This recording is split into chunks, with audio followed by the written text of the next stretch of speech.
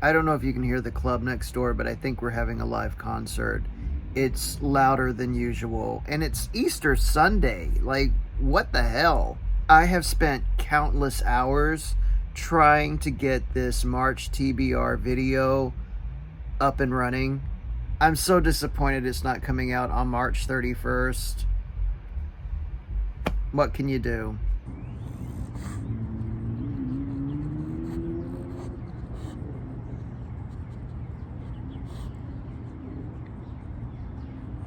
Hey, happy Monday, April Fools. I was up until I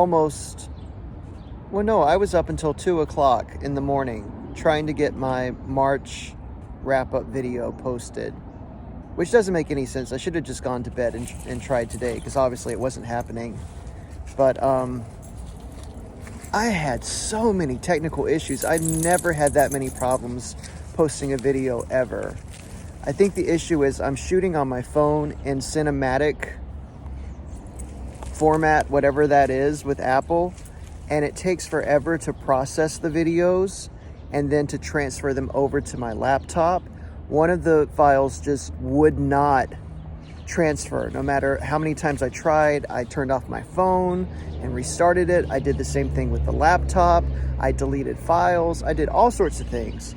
And finally I figured out, well, if you just do a recording from your phone, like a screen recording from the phone, you can record the video and then you'd have a QuickTime file on your computer. I don't know if this is making any sense or if you're interested in it, but that's how I got around that. But even that hack wasn't foolproof, because once I put it into the video and the audio were out of sync. And so I had to separate the audio from the video and then manually try to sync it up.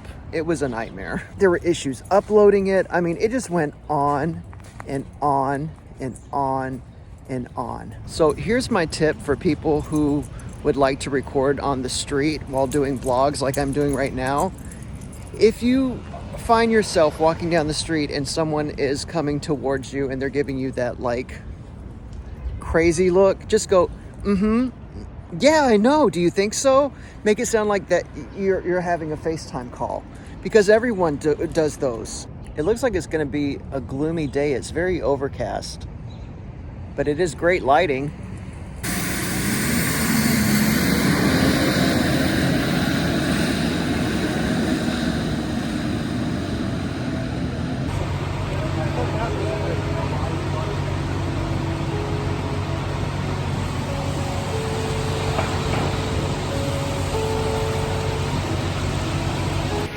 Hey, happy Tuesday. I'm on my way to see Orlando. It's been raining all day and it's supposed to rain for the next 2 days. I took advantage of it and shot an April Showers tag video, and then I just shot some footage for another tag video that I'm gonna post in the future. But I'm gonna grab a real quick bite to eat and then head on into the theater.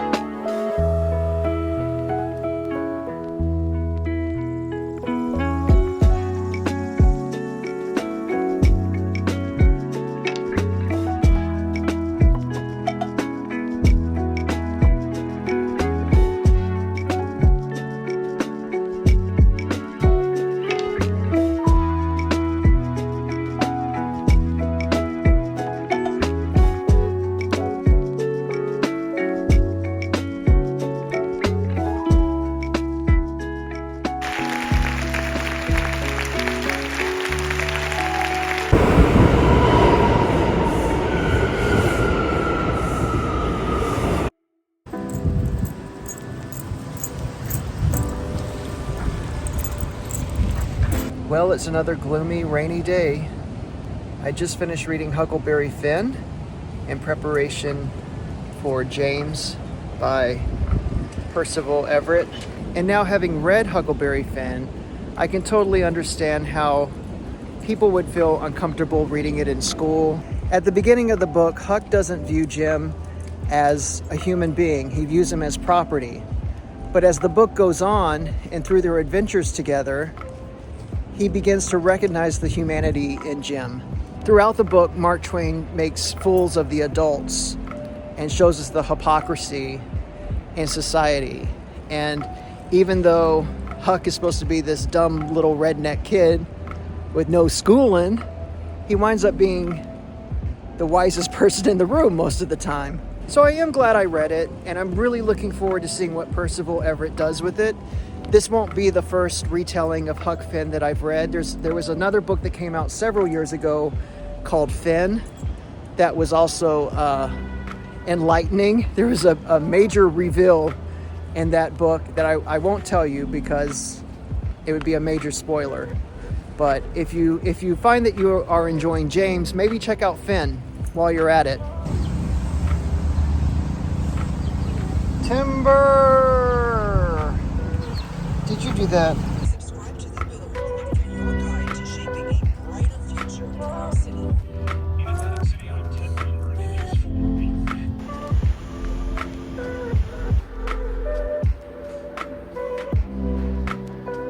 Okay, so I'm going to do the same exact thing as I did last time. Ace is with the vet, getting his ears checked, getting his meds. So I'm going to run over here to the charity shop about 2 blocks away and see if there's any good used books that are waiting to join my collection.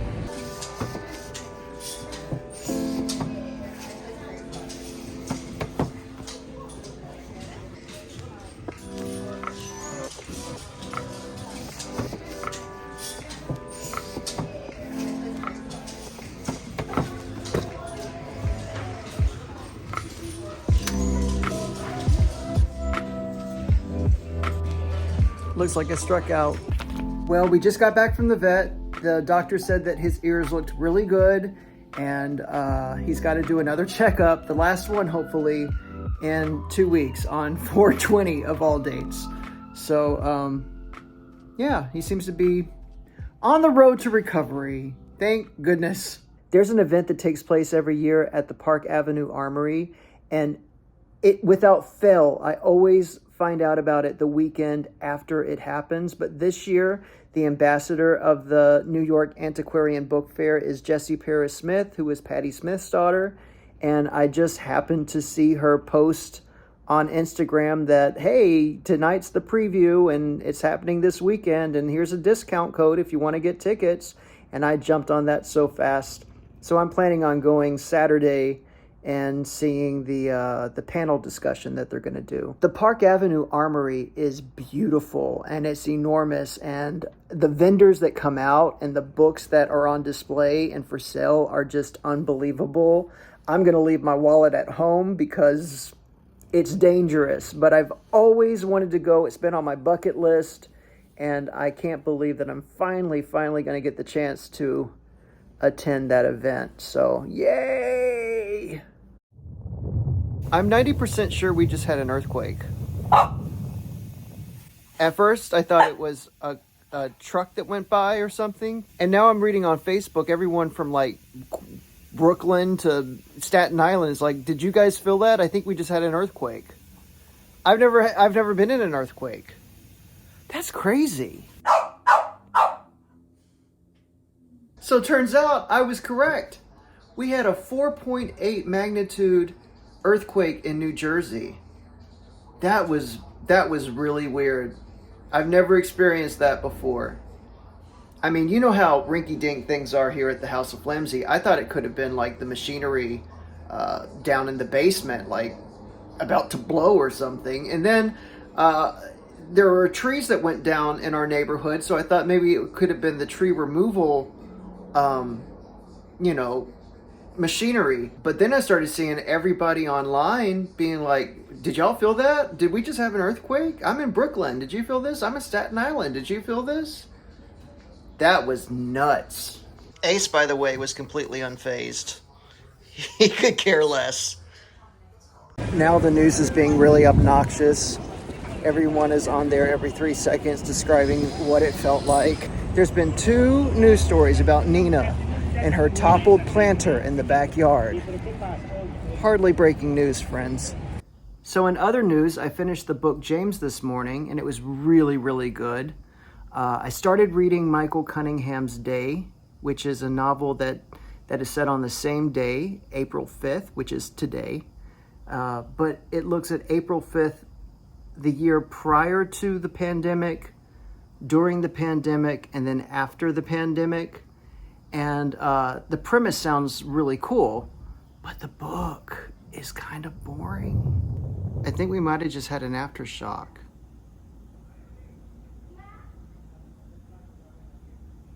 I can't even tell anymore. Just out in Flushing, Astoria, Riverdale, Norwalk, Northern Westchester, Bronx, Staten Island, Cliffside Park. All areas feeling aftershocks right now.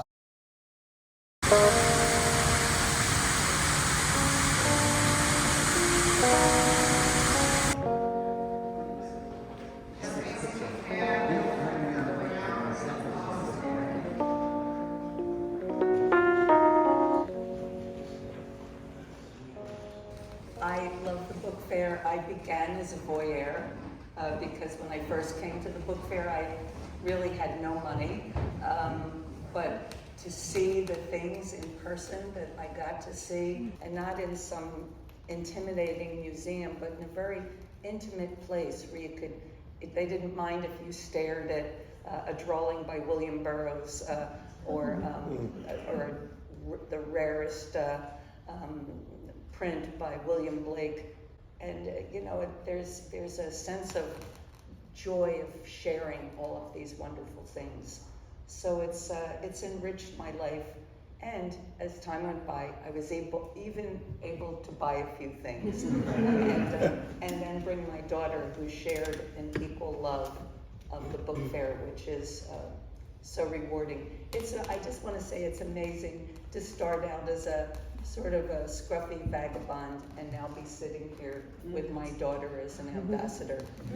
So putting together this conversation, it was really important to me to hear the perspectives of different roles within the antiquarian world and the book fair. So I wanted to just maybe have 20 people, but it was able to have these 4 people consolidated together to cover all of these incredible roles: a bookbinder, conservator, someone from a beloved New York institution, someone who is from overseas, a bookseller in the fair, scholar, an expert in manuscripts, antiquarian books, a writer, and just patrons, beloved patrons of the fair, and readers. So within these 4 people, we have all of those roles covered and more. And also wanted to choose people who had connecting threads between them. So of course this is my mom. So we have a close connecting thread, and she was the first person who brought me to the book fair. So our connection isn't just between the 2 of us, it's also because she introduced me to the book fair. So I'm very thankful for that. And she's very dear friends with Julian, and also a long-term admirer and patron of his booth at the fair. And I was a bookbinder, hope to be a bookbinder again, so really wanted to make sure to have the voice of a bookbinder and conservator, because to me they're the superstars of the antiquarian world, so she's a hero. And I know that she is a fan, Jesse, as we all are, of his accomplishments and his work. And of course he comes to us from the Morgan, which is a beloved institution to all of us. And my mom and I have performed there often. We just performed there in March and performing again next Friday. So there's all these different connecting threads between us. So that just highlights the magic of the book fair and the antiquarian world. So that was my mission with having this conversation. So I'll start with you, Mohammed. How can the book fair have an effect on our present culture? Well, I think in a lot of ways, just as even though our culture has changed much since I was in my 20s, the way it affected me by seeing our heritage, our literary, scriptural, scientific, mathematic, nautical heritage in person, seeing it as objects, feeling the paper, getting a sense of the creator, getting a sense of the person who drew or wrote these words, and the sense of the passion of the binders, a passion of the people who saved these precious things.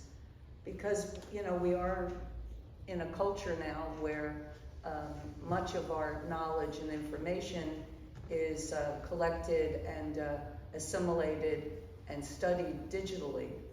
And here we are reminded that by seeing all of this work not captured in a cloud, but each object a cloud itself. Each book, each map, each precious fragment, photograph is a cloud unto itself. And I think it's important for each generation to see that, to know that, to taste that. And all of our, I mean, it's a business, yes, there's dealers, yes, but it's more than that. These are people who have spent their life preserving, finding, rooting out in the craziest of places our precious heritage, and then sharing it. Each thing that we'll see out there in these glass cases, whether accessible or not, are seeds. And, you know, these seeds can either be, you know, studied here or obtained to go out into the world. But I think our culture, every single generation needs to see their origins. They need to get a sense of where the knowledge, whether it's scriptural or scientific or imaginative, comes from, the creative source. And the closest we can get to the artist or the writer from the 16th, 17th, 19th century is seeing the work in person, seeing the notebooks, a letter, you know, a letter of Baudelaire brings us right to Baudelaire himself, much more than information stored. So, yes, I think, you know, we'll send those clouds out to the world, the physical clouds. It's important to know about our origins and our history, but it's also important to see what we have forgotten about history. And I think as people bring their new research and their new collecting interests into the room, the fair becomes more reflective of what's happening outside those doors. I think Jesse's collecting interests are reflective of that, and many others who are starting to bring material into the room that isn't necessarily, you know, a leather-bound tome from the 16th century, but some of the more scrappy printed stuff that might have gotten lost in the 16th or 17th century or the 20th century that represented pieces of culture that weren't necessarily part of the history we thought of when we came to an antiquarian book fair and looked for history. And that's present culture now, because these are our interests. This is what we are learning and remembering and bringing back to the fore. So I see it as happening both ways and as being very much alive here. This isn't just a looking back, it is a participating now, in my view. You can find so many places where past could meet the present to build the future. And I want to tell you a very short story. It was last year. I was displaying a photograph of Albert Camus, a French novelist, very famous in France. And a young kid arrived, maybe 15 years old, and he said to me, "Oh my gosh, it's Albert Camus." And first of all, I was really surprised that an American teenager knew Albert Camus. So I was already glad. And his dad arrived, and he said to him, I can't remember his first name, I'm so sorry, but he said to him, "Do you like the photograph?" "Oh, Dad, that's so amazing. The photograph is so beautiful." And Dad said to his son, "Okay, son, it's yours. I buy it." It was just a small amount of money. And I saw the kid crying. And he said to me, Julian, it's probably one of the most beautiful days of my life. And there's just one thing you didn't know at that time, so it was probably one of the best days of my life. to see an American teenager being fascinating by a French novelist I love, and to see, he was 15, and I believe he will love French culture, novels for the rest of his life, so that's good news for the future. Another, I think, way to do more with youth outreach is to tap into the very, very vibrant energy around fan culture. There's just a lot of excitement around there. It's not just a social media thing. People are hungry for in-person experiences that speak to that fan culture. And there's some passionate fan communities out there that have some of which have been around for a while, like the Janeites, you know, the Sherlockians. You know, they're already, you know, deep in it, deep in their own fan culture. So if there were a way that the book fair could maybe have, you know, pop-ups of different fan culture-based displays where vendors are, you know, sort of donating one or two of their items in those holdings to kind of theme around a particular figure that has a lot of energy or a huge fan base, I think that would create a lot of buzz. I'm not afraid of gimmicks. I think I think gimmicks do help with the marketing aspect, and when we market positively and bring new people in the room, then they can be groomed to become more serious collectors over time, you know, and build the collections of the future. So I'm very optimistic about what's going on now. I'm very optimistic about the future. You know, when we talk about how past, present, future relates, I'm wearing it, right? You see the Morrison Company shirt, you know, those folks were invested in the craftsmanship of the past and their own vision toward a better future, and look what they produced in their present. So, yeah, I mean, to me, it's all good. How do you decide what to bring with you, and what excites you about sharing your collection at the book fair? That's a perfect question. My business is quite simple in real, because I'm just dealing with things I love. So to answer your question, what should I bring to the US? Things I love. And if I love it, I believe that someone else could love it too. So like me.